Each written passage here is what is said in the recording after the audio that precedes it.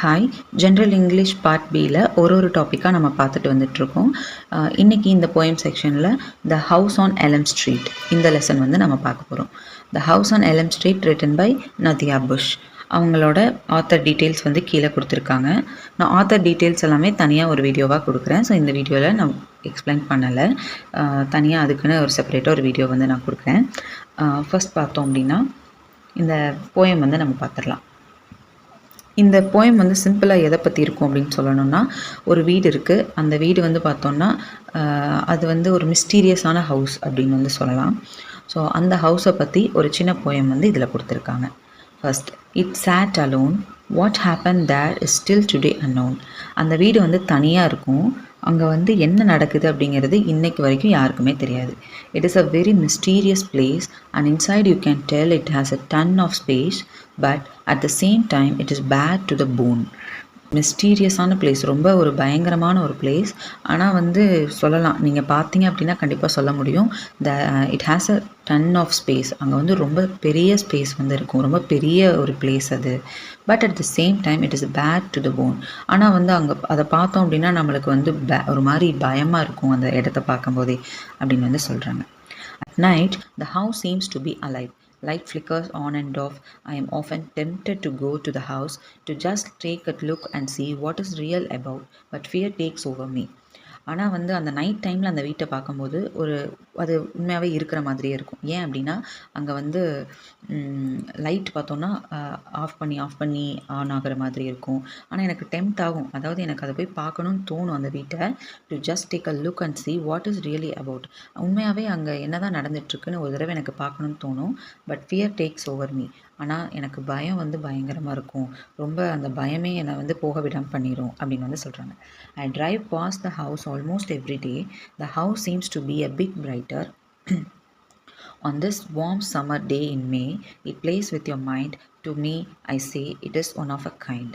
நான் டெய்லி அந்த வீடு தாண்டி தான் நான் போயிட்டு இருப்பேன்.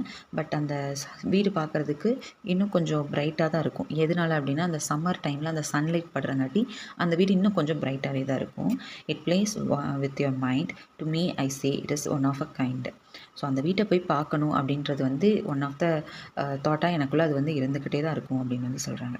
Beside the house sits a tree. It never grows leaves, not in a winter, spring, summer or fall. அந்த பிசைட் அப்படின்னா வீட்டுக்கு சைடில் பார்த்தோம் அப்படின்னா ஒரு ட்ரீ இருக்கும். அந்த ட்ரீயில் எப்போவுமே இலையே வராது. வின்டரு, ஸ்ப்ரிங்கு, சம்மர், ஃபால் இந்த மாதிரி எந்த ஒரு சீசனுமே அதுக்கு கிடையாது. It just chits there, never getting small R ever growing doll. How good this be? அங்கே வந்து பார்த்தோம் அப்படின்னா ஜஸ்ட்டு ஒரு வீடு, ஒரு மரம் இருக்குது, அவ்வளோதான். அதில் வந்து எந்த ஒரு இதுவுமே இல்லை. வளரவும் வளராது, ஸ்மாலாகவும் ஆகாது, எந்த இலையும் விழுகாது, வளரவும் வளராது. How good this be? எப்படி அது முடியுது அப்படின்னு வந்து கேட்குறாங்க. நெக்ஸ்ட்டு பார்த்தோன்னா, rumours are constantly being mat and each day the house just begin to fat. அங்கே வந்து ரூமர்ஸ் வந்து கிளம்பிகிட்டே தான் இருக்கும். இன்னுமே அடிக்கடி வந்து ரூமர்ஸ் போயிட்டே தான் இருக்கும். ஆனால் ஒரு நாளும் வந்து பார்த்தோன்னா அந்த வீட்டோட அந்த ஒரு விஷயம் வந்து ஃபேட் ஆகிட்டே இருக்குது, அழிஞ்சிட்டே இருக்குது அப்படின்னு வந்து சொல்கிறாங்க. What happen inside that house I really don't know. I guess it will always be a mystery. ஆனால் என்ன தான் நடக்குது அந்த வீட்டுக்குள்ளே எனக்கு நிஜமாவே தெரியல. ஆனால் இது வந்து எனக்கு தெரியுது, கண்டிப்பாக இது ஒரு மர்மமாகவே தான் இருக்கும். இந்த வீட்டில் என்ன நடக்குது, என்ன பண்ணுறாங்க அப்படின்றது யாருக்குமே தெரியாது அப்படின்னு வந்து சொல்கிறாங்க. நெக்ஸ்ட்டு பார்த்தோன்னா க்ளோசரிஸ். எலம் ஸ்ட்ரீட். எலம் ஸ்ட்ரீட் அப்படின்னா யூஎஸில் இருக்க ஒன் ஆஃப் த ஒரு ஸ்ட்ரீட் அப்படின்னு வந்து சொல்கிறாங்க. ஃப்ளிக்கர்ஸ் அப்படின்னா லைட் ஃப்ளிக்கர்ஸ் ஆன் அண்ட் ஆஃப். அது வந்து இப்படி டு ஷைன் அன்ஸ்டெடிலி. அந்த ஃப்ளிக்கர் அப்படின்னா ஒரு மின்றது அப்படி. டெம்ப்டட் அப்படின்னா எனக்கு அதை பார்க்கணுன்னு ஆசையாக இருக்குது, இல்லை டெம்ப்ட் பண்ணுறது. நம்ம ஏதாவது ஒரு சாப்பாடு இருந்துச்சுன்னா அதை பார்த்தா டெம்ப்ட் ஆகிறோம்ல, அந்த மாதிரி. ரூமர்ஸ் அப்படின்னா ஃபால்ஸ் ஸ்டோரிஸ், கட்டுக்கதை ஏதாச்சும் ஒன்று சொல்கிறாங்கல்ல, அதுதான். ஃபேட் அப்படின்னா டு வேனிஷ் கிராஜுவலி, அப்படியே கொஞ்சம் கொஞ்சமாக மறைஞ்சிட்டு வர்றது தான் வந்து ஃபேடு. ஸோ அவ்வளோதான். நெக்ஸ்ட் வந்து இங்கே லைன்ஸ் கொடுத்துருக்காங்க, அதே மாதிரி அப்ரிசியேஷன் கொஷின் கொடுத்துருக்காங்க. இட் அப்படின்றது எதை மீன் பண்ணுதுன்னா, இங்கே இட்னு சொல்கிற எல்லாமே வந்து பார்த்தோன்னா அந்த ஹவுஸை தான் வந்து மீன் பண்ணுறது. அவரை பற்றி, அதாவது அந்த போய்ட்டை பற்றி இங்கே இட் அப்படின்னு மீன் பண்ணுறது எல்லாமே அந்த ஹவுஸை தான் வந்து மீன் பண்ணுது. ஸோ அவ்வளோதான், ரொம்ப சிம்பிளான ஒரு போயம். ஒன்ஸ் நீங்கள் ரீட் பண்ணிங்க அப்படின்னாலே உங்களுக்கு புரிஞ்சிடும். இங்கே வந்து ஃபிகர் ஆஃப் ஸ்பீச் அப்படின்னு சொல்லி பார்த்தோன்னா, லைட் ஃப்ளிக்கர்ஸ் ஆன் அண்ட் ஆஃப். இங்கே வந்து ஃப்ளிக்கர் அப்படின்னு சொல்லி வர்றங்காட்டி இது வந்து ஆனோமெட்டஃபியான்னு சொல்லுவோம். ONA எம்இ மெட்டஃபியா பிஹெச்ஐஏ. ஸோ ஆனமெட்டஃபியான்னு சொல்லுவாங்க. எதனால அப்படின்னா லைட் ஃப்ளிக்கர்ஸ் அந்த மாதிரி அந்த லைட் வந்து இருக்குது அப்படின்னா அதோட சவுண்ட் என்னவா இருக்கும், ஃப்ளிக்கர்ஸ் அப்படின்னு அந்த சவுண்டை மீன் பண்ணுறனால இது ஆனமெட்டஃபியா அப்படின்னு வந்து நம்ம சொல்லுவோம். நெக்ஸ்ட் பார்த்தோம் அப்படின்னா இந்த கொஷின்ஸ் மாதிரி கொடுத்துருக்காங்க இல்லையா, கொஷின் மார்க்ஸ் எல்லாம் போட்டு. ஸோ அந்த மாதிரி இருந்துச்சு அப்படின்னா ஹவு குட் திஸ் பி, இங்கே கொடுத்துருப்பாங்க. ஸோ இதுதான் how good this be.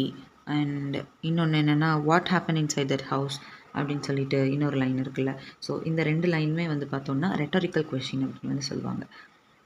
So சிம்பிளாக சொல்லணுன்னா இந்த கொஷின்ஸ் மாதிரி நம்மக்கிட்ட கேட்குற மாதிரியோ இல்லை அந்த கொஷினுக்கு பதில் சொல்லாமையோ அந்த போயம்லேயே கொடுத்துருந்தாங்கன்னா ரெட்டாரிக்கல் கொஷின்னு வந்து நம்ம சொல்ல முடியும். சப்போஸ் நீங்கள் எக்ஸாமில் பார்த்தீங்க அப்படின்னா கொஷின் மார்க்ஸை பார்த்து ஃபிகர் ஆஃப் ஸ்பீச் என்னென்னு கேட்டாங்கன்னா நீங்கள் ரெட்டாரிக்கல் கொஷினே வந்து சூஸ் பண்ணலாம். ஸோ ரொம்ப சிம்பிள்.